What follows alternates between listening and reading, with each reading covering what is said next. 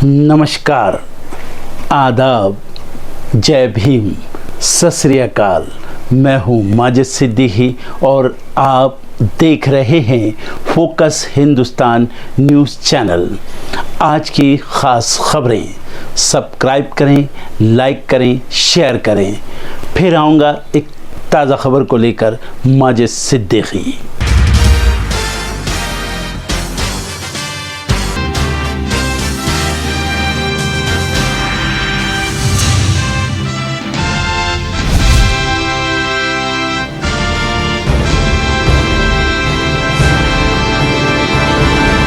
सुरक्षा में सेंध पर बिफरा विपक्ष, आवाज उठाना हमारा संसदीय कर्म और धर्म।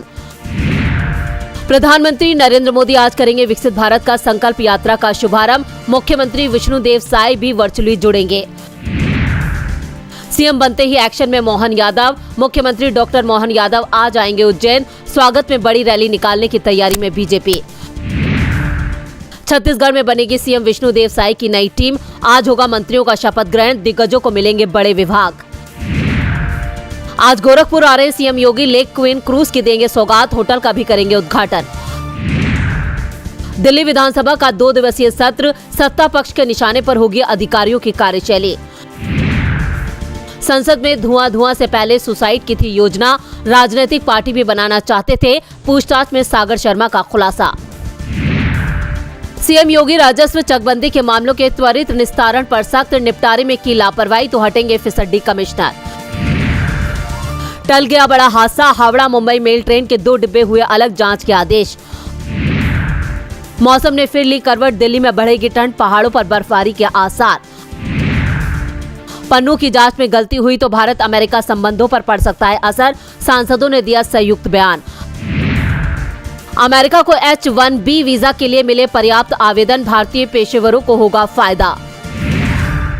उत्तर कोरिया पर नकेल कसने की तैयारी में अमेरिका और दक्षिण कोरिया, परमाणु परीक्षण के लिए दिशा निर्देश होंगे जारी। 16 खिलाड़ियों को रोंदने वाले ड्राइवर की होगी घर वापसी, कनाडा में रुकने की याचिका खारिज। बम के धमाकों से गूंज उठा यूक्रेन, रूस ने ड्रोन से कीव पर बरसाई मिसाइलें। वेनेजुएला से तेल खरीदने को तैयार भारत, 3 वर्षों बाद इस देश की होगी तेल बाजार में वापसी। महंगाई पर नियंत्रण के लिए ई नीलामी के नियमों में परिवर्तन, अब 2000 टन तक खरीदा जा सकेगा चावल।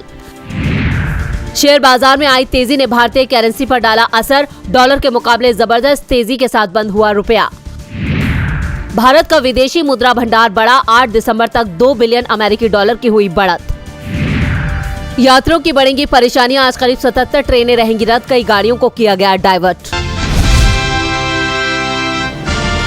श्री कृष्ण जन्मभूमि विवाद पर सुप्रीम कोर्ट ने विवादित परिसर के सर्वे के लिए कोर्ट कमिश्नर नियुक्त करने के इलाहाबाद हाई कोर्ट के आदेश में फिलहाल दखल देने से मना कर दिया है। सुप्रीम कोर्ट ने साफ कहा है कि उसके सामने मस्जिद पक्ष की वो याचिका है जिसमें श्री कृष्ण जन्मभूमि विवाद से जुड़े मुकदमे को इलाहाबाद हाई कोर्ट ट्रांसफर करने को चुनौती दी गई है। वो इस पर 9 जनवरी को सुनवाई करेगा। फिलहाल कोई अंतरिम आदेश जारी करने की कोई जरूरत नहीं है। गौरतलब है कि 14 दिसंबर को इलाहाबाद हाई कोर्ट के जज मयंक जैन ने मथुरा विवाद से जुड़ी सभी 18 याचिकाओं की सुनवाई करते हुए विवादित स्थल का सर्वे ज्ञानवापी की तर्ज पर कोर्ट कमिश्नर से करवाने का आदेश दिया है।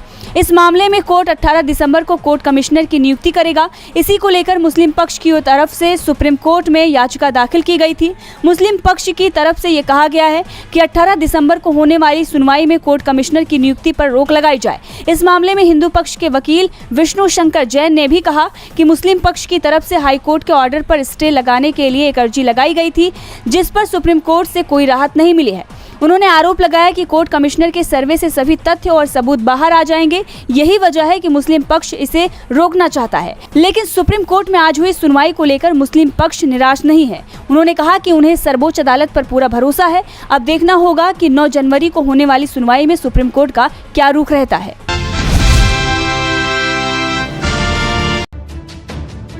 एमपी, राजस्थान समेत 5 राज्यों में विधानसभा चुनावों में कांग्रेस कुछ खास तेलंगाना छोड़कर बाकी सभी राज्यों में कांग्रेस पार्टी को निराशा हाथ लगी है।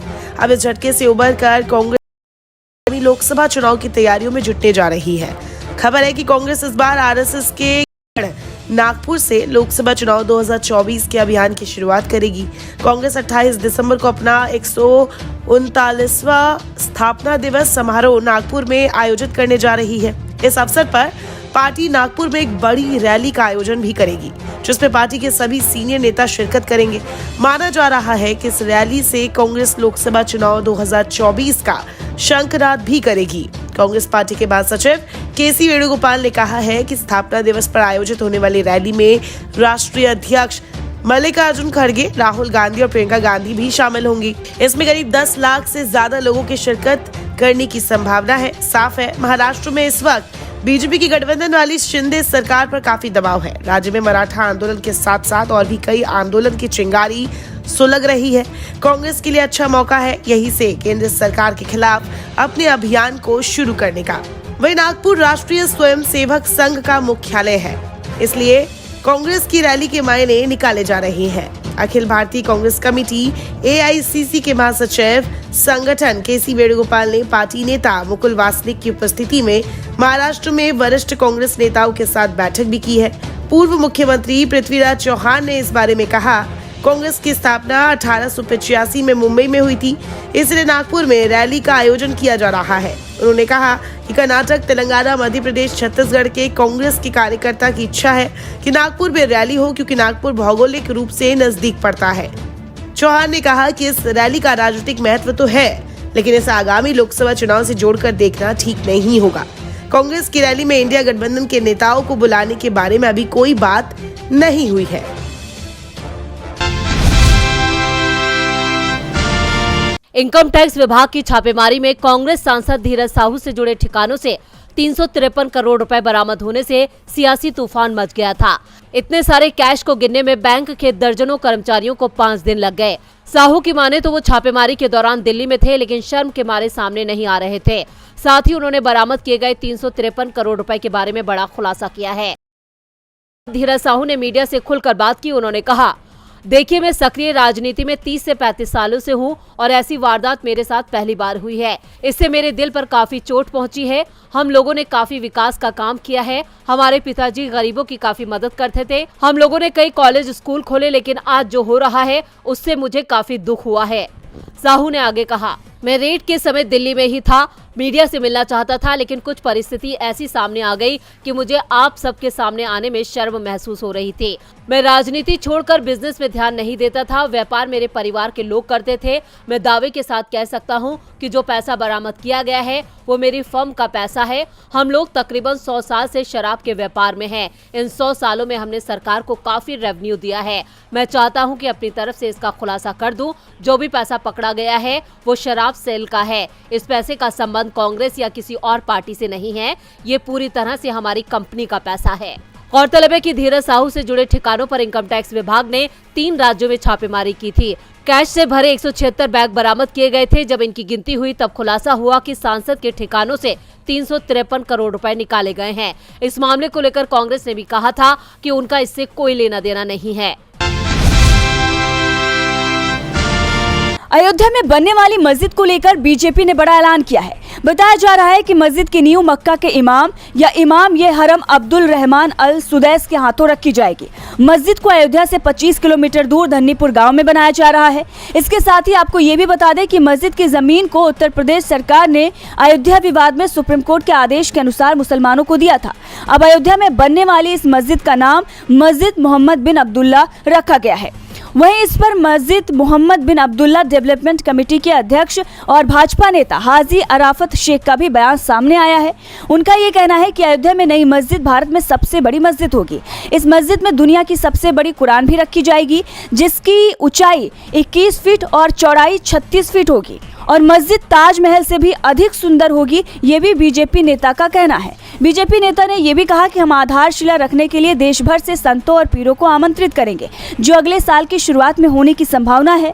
अब पैगंबर के नाम पर मस्जिद को मोहम्मद बिन अब्दुल्ला का नाम दिया गया है और इसका निर्माण अयोध्या से 25 किलोमीटर दूर धन्नीपुर गाँव में किया जा रहा है। और ये जमीन अयोध्या में राम जन्मभूमि बाबरी मस्जिद विवाद में सुप्रीम कोर्ट के आदेश के अनुसार उत्तर प्रदेश सरकार द्वारा मुसलमानों को दी गई है। वहीं इंडो इस्लामिक कल्चरल फाउंडेशन के अध्यक्ष और मुख्य ट्रस्टी जुफर अहमद फारूकी का भी इस पर बयान आया। उन्होंने कहा कि हम अगले साल मस्जिद की आधारशिला रखने की उम्मीद कर रहे हैं और हम समारोह के लिए देश भर से मौलवियों को आमंत्रित करेंगे। उत्तर प्रदेश सुन्नी सेंट्रल वक्फ बोर्ड के अध्यक्ष फारूकी ने यह भी कहा कि मस्जिद तैयार होने पर हम दुनिया भर से गणमान्य व्यक्तियों को आमंत्रित करेंगे। अब आपको बता दें कि अयोध्या मस्जिद कैसी होगी, इसके लिए रूपरेखा तैयार की जा चुकी है, लेकिन इसका सियासी असर क्या होगा ये देखना दिलचस्प होगा। दर्शकों, देख लिया आपने हमारे वीडियो को। हमें खुशी होगी कि आपने हमारे न्यूज़ को लाइक किया और दूसरों को शेयर किया। अगर अभी तक हमारे चैनल फोकस हिंदुस्तान को सब्सक्राइब नहीं किया है तो तुरंत सब्सक्राइब करें, कमेंट करें और बेल आइकॉन को प्रेस करें। हम हाजिर हैं खबर के लिए।